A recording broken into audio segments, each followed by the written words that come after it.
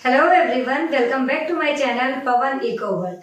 सो students, हम कर रहे थे नेशनल इनकम का कॉन्सेप्ट जो कि हमारा खत्म हो चुका है। इससे रिगार्डिंग जो न्यूमेरिकल पोर्शन है वो मैं बाद में करवाऊंगी। चैप्टर जितने भी बचे हुए पहले मैं उनको कवर अप करना चाह रही हूँ। सो बेटा, अपने आप में ये जो चैप्टर है, chapter number 5th and 6th एक यूनिट है और ये यूनिट आपकी 6 मार्क्स की आती है। मीन्स चैप्टर 5th जो कि मनी है और चैप्टर 6th जो कि बैंकिंग है, दोनों मिलाकर अपनी वेटेज रखते हैं 6 मार्क्स की। और मोस्ट इजी चैप्टर जिसको बोलते हैं, बड़ा ही शानदार चैप्टर है, बहुत इजी चैप्टर है। तो आप इजीली अपने जो 6 मार्क्स है वो यहाँ पे कर सकते हैं। अब जो मैं ये चैप्टर करवाऊंगी, इसमें मनी का जो चैप्टर है वो चैप्टर नंबर 5th है। मैं इसको वन शॉट पूरा करवा दूंगी, मतलब इसमें जो भी है आज वो मैं आपको एक ही वीडियो में दे दूंगी। देन जो बैंकिंग है उसमें हो सकता है कि 2 पार्ट बन जाए, बाकी इसमें हम बेटा एक ही करेंगे। सो स्टार्ट करते हैं। तो देखिए बेटा, चैप्टर का नाम है मनी और मनी के बिना कुछ नहीं हो सकता है। आप सबको पता है मनी इस दुनिया की बहुत ही मतलब एक ऐसी यूनिक चीज है जिसके पीछे हर इंसान भाग रहा है। चाहे मैं हो, आप हो या फिर कोई भी टाटा, बिरला, अंबानी या फिर और भी कोई अमीर गरीब, हर इंसान मनी के पीछे भागता है।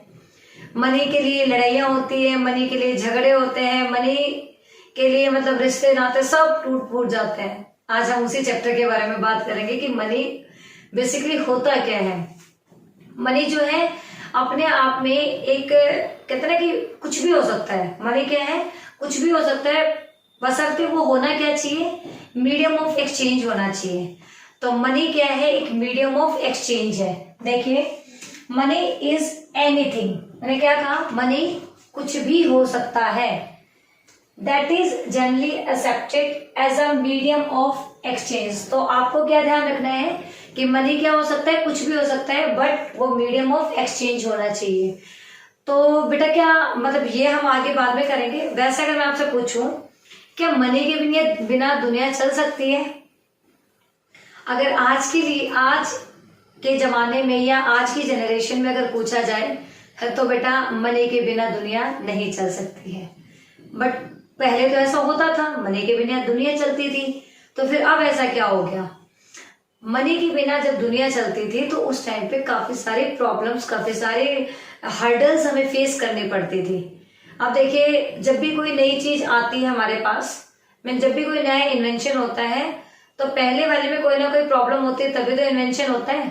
तो मनी से पहले जो हमारा बार्टर सिस्टम चलता था उसमें बहुत सारी प्रॉब्लम थी। उन प्रॉब्लम्स का सॉल्यूशन देने के लिए money as a medium of exchange हमारे सामने आया। तो भाई पहले बात कर लेते हैं कि मैम ये मीडियम ऑफ एक्सचेंज पहले कैसे होता था फिर। तो बेटा जो पहले मीडियम ऑफ एक्सचेंज होता था वो बार्टर सिस्टम था। बार्टर सिस्टम को हम बोलते थे सीसी इकोनॉमी, मतलब कमोडिटी इकोनॉमी। इसमें क्या होता था कि हम एक सामान के बदले दूसरा सामान ले लेते थे। फॉर एन एग्जाम्पल, अगर मुझे 1 किलो चावल चाहिए तो मैं 1 किलो सोने के बदले में 1 किलो चावल ले सकती थी। 1 किलो गेहूं के बदले में 1 किलो आटा भी ले सकती थी। मतलब ऐसे होता था कि हमें नहीं पता था कि किसकी कितनी वैल्यू होगी, कौन सी चीज कितनी कॉस्टली है, कौन सी चीज कितनी सस्ती है, चीप है, ये हमें नहीं पता होता था। हम क्या करते थे, बार्टर सिस्टम में मेरे पास जो चीज एक्स्ट्रा है, अगले पर्टिकुलर इंसान के पास वो चीज कम थी और हम क्या करते थे, एक्सचेंज कर लेते थे। अब इस एक्सचेंज में बहुत सारी प्रॉब्लम्स थी, क्योंकि आज के जमाने में ऐसा पॉसिबल है कि मैं आपको कहूं कि मेरे को 1 किलो गेहूं चाहिए और आप इसके बदले में मेरे से 1 किलो सोना ले लो। तो ना तो मैं इतनी बेवकूफ हूं कि मैं 1 किलो सोना दूंगी और आप मतलब आप भी सोचोगे अजीब इंसान है, 1 किलो गेहूं या चावल के बदले में सोना दे रही है। तो ये पहले की बातें हैं, पहले होता था। अब तो इसकी जगह मनी ने ले ली है और सबको क्रिस्टल क्लियर है कि कौन सी चीज कितने की है, क्योंकि सबकी वैल्यू डिसाइड कर दी गई है। तो देखिए, अब पहले क्या प्रॉब्लम आती थी एक्सचेंज करने में, जो सबसे मेन थी, that is double coincidence of bonds. Double coincidence of bonds का मतलब होता था संयोग। जैसे कि मान लो फॉर एन एग्जाम्पल, मैं कहीं घूमने जाती हूँ और जहां मैं घूमने जाती हूँ वहीं मेरी क्लास का कोई बच्चा भी घूमने चला जाता है। तो ऐसा तो है नहीं कि मैंने और उस बच्चे ने प्लान करके घूमना स्टार्ट किया था, हम तो एक कहते हैं ना कोइंसिडेंस से हम वहां मिल गए थे। तो ये एक कोइंसिडेंस की बात होती है कि मैं जहां घूमने गई वहीं मेरी क्लास का एक बच्चा भी घूमने गया, और वहां जाकर बेचारे का एंजॉय जो है जो करना चाहता था वो उसका स्पॉइल हो गया, क्योंकि टीचर के सामने एंजॉय करना थोड़ा सा टफ हो जाता है। तो देखिए बेटा, फिर अब इसका सॉल्यूशन क्या ढूंढा जाए, तो इसका पहले इस प्रॉब्लम को पूरी को समझो, फिर इसका सॉल्यूशन भी ढूंढते हैं। तो पहले क्या होता था कि डबल कोइंसिडेंस ऑफ वार्ड्स का होना जरूरी था। मीन्स मेरे खेत में गेहूं बहुत ज्यादा हो गया और दूसरे के खेत में चावल बहुत ज्यादा हो गया, और जिसके पास चावल ज्यादा है उसको गेहूं की नीड थी, और जिसके पास गेहूं ज्यादा है उसको चावल की नीड थी। ऐसा इंसान ढूंढना अपने आप में एक बहुत बड़ा पहाड़ चलने वाली बात हो जाती थी।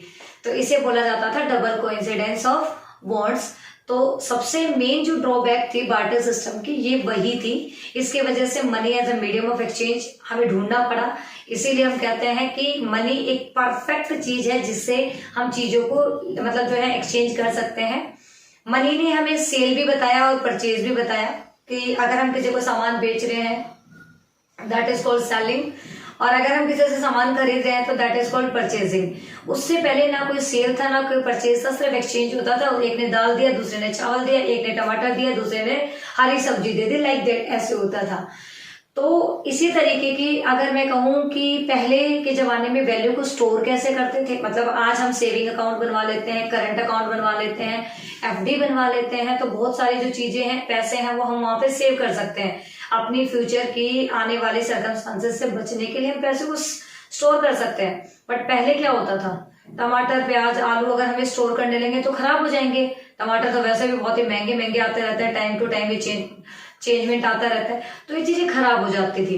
तो एक स्टोर ऑफ वैल्यू भी बहुत बड़ी प्रॉब्लम थी उसके सामने। सेम यूनिट नहीं हो पाती थी, मतलब कोई चीज बहुत महंगी होती थी तो कोई चीज बहुत सस्ती होती थी। आज अगर मुझे कोई प्लॉट, कोई प्रॉपर्टी, कोई घर कुछ लेना है तो मैं उसके डील डिफर्ड पेमेंट्स में कर सकती हूँ। मतलब मैं आज खरीद के लोन ईएमआई वगैरह बनवा सकती हूँ, बट वहां पे ऐसा कुछ भी नहीं था। आज जो कुछ लिया है एक्सचेंज के बदले में आज ही उसे कुछ ना कुछ देना पड़ता था। तो ये कुछ प्रॉब्लम्स थी जो मतलब बार्टर सिस्टम में हर पर्टिकुलर इंसान ने फेस करी। उन्हीं सभी प्रॉब्लम्स की समस्याओं का समाधान करने के लिए medium of exchange as a money को चूज किया गया। मीन्स हर चीज का सॉल्यूशन तो ढूंढना पड़ता है। अगर लाइफ में प्रॉब्लम्स आती रहेंगी अगर हम उनके सॉल्यूशन नहीं ढूंढेंगे तो फिर वो प्रॉब्लम पहले छोटी छोटी चीजें बन के बहुत बड़ी प्रॉब्लम्स का पहाड़ बन जाएगी, और पहाड़ को चढ़ना मुश्किल हो जाता है थोड़ा, बट मुझे बड़ा अच्छा लगता है पहाड़ पे चढ़ना। तो मेन बात यह है कि मैं आपको अगर बोलूं तो मीडियम ऑफ एक्सचेंज मनी को लिया गया, तो ड्रॉबैक्स थे बार्टर सिस्टम के। तो ये थोड़ा सेम ही कॉन्सेप्ट है कि बार्टर सिस्टम के ड्रॉबैक पढ़ लो या मनी के फंक्शन पढ़ लो, एक ही बात है। तो आई थिंक ये बात आपको समझ आ गई होगी कि आज के जमाने के लोग और पहले के जमाने के लोगों में दिन रात का अंतर था। पहले के जमाने के लोग भोले होते थे, इनोसेंट से होते थे, जिनको कुछ नहीं पता था कि सोना महंगा है, चांदी सस्ती है या फिर क्या है। बट आजकल तो एक छोटा सा बच्चा होता है, वो भी बहुत ही एडवांस होता है, उसे भी पता होता है ये 5 रुपए है, ये 10 रुपए है एंड ये 2000 रुपए है। सो स्टार्ट करते हैं बेटा। अब आगे हमारी डेफिनेशन कि money is anything that is generally accepted as a medium of exchange. Money कुछ भी हो सकता है, जैसे कि debit card, credit card, cheque, coins, जो पेपर करेंसी होती है जैसे, वो कुछ भी हो सकता है। बट होना क्या चाहिए, मीडियम ऑफ एक्सचेंज होना चाहिए, मेजर ऑफ वैल्यू। पहला काम इसका ये हो गया, मीन्स मनी का पहला फंक्शन ये हो गया, जो कि बार्टर सिस्टम की पहली प्रॉब्लम हम कह सकते हैं, ड्रॉबैक कह सकते हैं। मेजर ऑफ वैल्यू, वैल्यू मतलब कोई चीज कितने की है ये डिसाइड करना मनी ने बहुत ही इजी कर दिया। स्टोर ऑफ वैल्यू, वैल्यू को हम क्या कर सकते हैं, अब हम पैसे को हम स्टोर कर सकते हैं। स्टोर इन द सेंस हम सेविंग अकाउंट में, एफडी अकाउंट में या कई सारे डिपॉजिट्स हम किसी भी तरीके से रख सकते हैं। And means for the standard deferred payments, future में करने वाले जितने भी हमारे भुगतान है, ट्रांजेक्शन है, वो हम यहाँ से कर सकते हैं। तो मनी क्या है, मनी वो है जो कि जनरली हर इंसान एक्सेप्ट करता है, medium of exchange, major of value, store of value and standard deferred payment. रुकिए, आपको अगर ये डेफिनेशन याद हो गई तो आपको इसके फंक्शन भी याद हो जाएंगे, क्योंकि डेफिनेशन ही एग्जैक्टली फंक्शन है। बस इसमें क्या करना है, दो पार्ट्स में से डिवाइड करना है। हम यही इसे क्लियर कर लेते हैं, क्यों हम बार बार फंक्शन ऑफ मनी पढ़े, ड्रॉबैक्स ऑफ बार्टर सिस्टम पढ़े, एक ही बात है, एक ही जगह पे कर लेते हैं सबको। तो जो मनी है उसी की डेफिनेशन से हम तीन चीज करेंगे। सबसे पहले मनी की डेफिनेशन क्या होती है, सेकंड बार्टर सिस्टम के ड्रॉबैक्स क्या होते हैं, थर्ड मनी के फंक्शंस क्या होते हैं। तो देखिए मनी की डेफिनेशन तो हमने कर ली, बार्टर सिस्टम के फंक्शन, बार्टर सिस्टम की ड्रॉबैक और मनी की फंक्शन सेम ही बात है। तो बेटा मीडियम ऑफ एक्सचेंज और मेजर ऑफ वैल्यू, ये तो प्राइमरी फंक्शन है, मतलब आप मनी को दो पार्ट्स में डिवाइड किया गया है, एक प्राइमरी फंक्शन, एक सेकेंडरी फंक्शन। जैसे कि एक इंसान जो होता है उसके भी दो काम होते हैं, एक सबसे पहला होता है कमाना और दूसरा होता है खाना। तो कमाना और खाना, जब तक कमाना नहीं होगा तो खाएगा कैसे, है ना। तो हर पर्टिकुलर इंसान की लाइफ में भी दो होते हैं, एक प्राइमरी एक सेकेंडरी। तो मनी का जो प्राइमरी काम है वो है medium of exchange and measure of value. अब इसका सेकेंडरी फंक्शन क्या है, स्टोर ऑफ वैल्यू और स्टैंडर्ड डिफर्ड पेमेंट। तो आपको याद रखना है कि अगर पूछ लिया जाए क्वेश्चन में कि मनी के फंक्शंस जो प्राइमरी है वो कौन से हैं, तो आपका स्ट्रेट फॉरवर्ड आंसर होना चाहिए medium of exchange and measure of value. और secondary function store of value and standard deferred payment. Money काम तो करेगी बट प्राइमरी पहले करेगी, सेकेंडरी बाद में करेगी। जैसे कि बैंक में हम पैसे जमा करवाते हैं और एडवांस में लोन लेते हैं, ये बैंक के प्राइमरी फंक्शन है। वो हमें क्या करता है, लोकर फैसिलिटी देता है, इंश्योरेंस देता है, एडवाइस देता है, ये उसकी सेकेंडरी फंक्शन है। तो प्राइमरी फंक्शन जो सबको पहले करने होते हैं, तो ये मनी की फंक्शन थे। अब आ जाता है नेक्स्ट कॉन्सेप्ट जो कि मोस्ट इंपॉर्टेंट है। मतलब आप इस पे अभी या तो स्टार लगा लें या आप इसे अपने माइंड में मतलब याद रखें या फिर आप इसे कहीं लिख लें। यहीं से क्वेश्चन एग्जाम में पूछा जाता है, क्योंकि मनी का जब सबसे इंपॉर्टेंट कॉन्सेप्ट अगर मैं बात करूं तो यही है, मनी सप्लाई क्या होता है। तो देखिए सबसे पहले हम बात कर लेते हैं कि मनी सप्लाई क्या कहना चाह रहा है। तो मनी सप्लाई में वो चीज इंक्लूड होगी जो कि बेसिकली मनी यूजर्स के लिए होती है। मतलब जैसे मैं मनी को यूज कर रही हूँ, आप मनी को यूज कर रहे हो, कोई और मनी को यूज कर रहा है, यहाँ पे मनी को जो क्रिएट करता है या प्रोड्यूस करता है उसकी बात नहीं हो रही है। सबसे मेन जो बात ध्यान रखनी है, मनी को यूज करने वाले की जो बात होती है वो मनी सप्लाई में होती है, मनी को क्रिएट करने वाले की बात नहीं होती है। मीन्स लोगों के पास कितना पैसा है eight a particular point of time. याद रखना है यहाँ पे भी, मैं यहाँ पे पर्टिकुलर पॉइंट ऑफ टाइम बोल रही हूँ, over a period of time नहीं बोल रही हूँ। Over a period of time और पॉइंट ऑफ टाइम ये दोनों स्टॉक और फ्लो होते हैं। तो आपको ध्यान रखना है कि इन दोनों में क्या डिफरेंस है। तो आप मुझे कमेंट में बता भी सकते हैं कि जो सप्लाई ऑफ मनी है वो स्टॉक होगा या फिर एक तरीके से उसको फ्लो बोलेंगे। तो ये आप बताएंगे, वैसे आगे चल के मैं बताऊंगी, बट फिर भी आप वीडियो को पॉज करके कमेंट सेक्शन में इसका आंसर दे सकते हैं।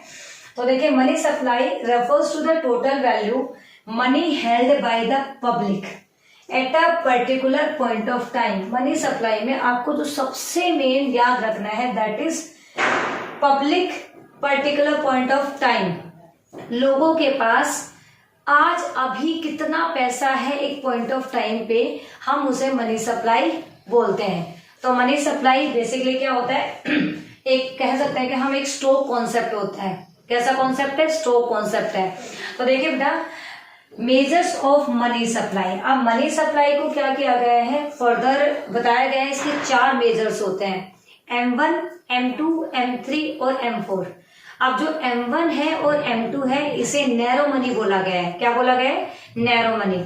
M2 और M3 इसे बोला गया है इसे बोला गया है ब्रॉडर मनी या फिर कह सकते हैं ब्रॉड मनी। मीन्स मनी को 2 पार्ट्स में डिवाइड किया गया है, M1 और M2 जिसको नैरो मनी, M2 और M3 जिसको ब्रॉड मनी। तो देखिए M1 क्या होता है, C plus DD plus OD। अब आपके एग्जाम में सिर्फ M1 आएगा, M2, M3, M4 नहीं पूछा जाएगा। सिर्फ आपके सिलेबस में M1 है, M2, M3, M4 नहीं है। But it's my moral responsibility कि मैं आपको इस कॉन्सेप्ट के बारे में सब बताऊं, कुछ भी छोड़ू नहीं, क्योंकि कंपटीशन एग्जाम आपको आगे देने हैं, उनमें आपको ये चीजें पूछी जाएंगी और वैसे भी ये मनी का पार्ट है तो आपको समझना है। तो देखिए M1 में क्या आ जाएगा, C plus DD plus OD। C for currency held by the public. लोगों के पास जितने भी कॉइन्स है, जितनी भी पेपर करेंसी है, वो होगी C. D for demand deposit. Demand deposit लोगों का पैसा जो कि बैंकों में रखा हुआ है और लोगों के मांगने पर उन्हें ऑटोमेटिकली वापस दे दिया जाएगा। अदर डिपॉजिट जो कि आरबीआई के पास फॉरेन बैंकों की रखी हुई है, आईएमएफ वगैरह के रखे हुए हैं, वो सारे पैसे, ये तीनों को जब प्लस कर दिया जाता है तो ये बन जाएगा M1। M1 is a most liquid measure of money. सबसे जो लिक्विड मेजर है वो M1 ही है। लिक्विड का मतलब होता है जो हाईली कन्वर्टेबल हो कैश में, मीन्स जिसको हम कैश में इजिली कन्वर्ट कर सकें। छोटा सा एग्जांपल देती हूँ।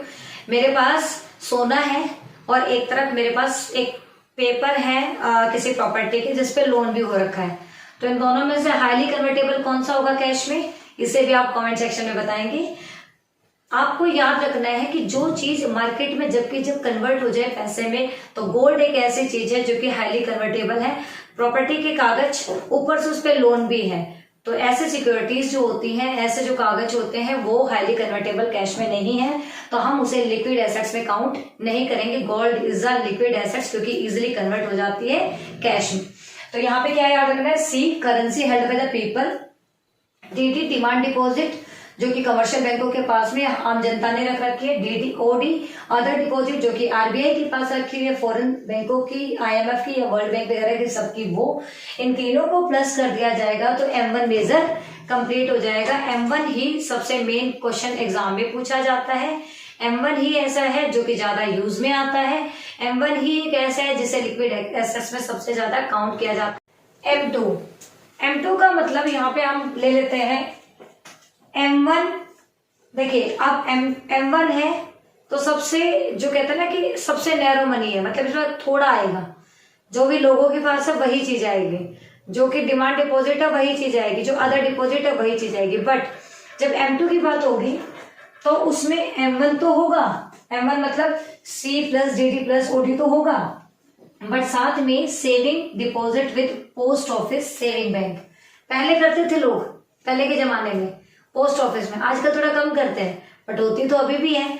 तो M1 के साथ साथ में जो पोस्ट ऑफिस में डिपॉजिट है वो हम प्लस कर देंगे M1 प्लस ये, तो ये क्या बन जाएगा, M2 बन जाएगा। अब चलते हैं भाई M3 की तरफ।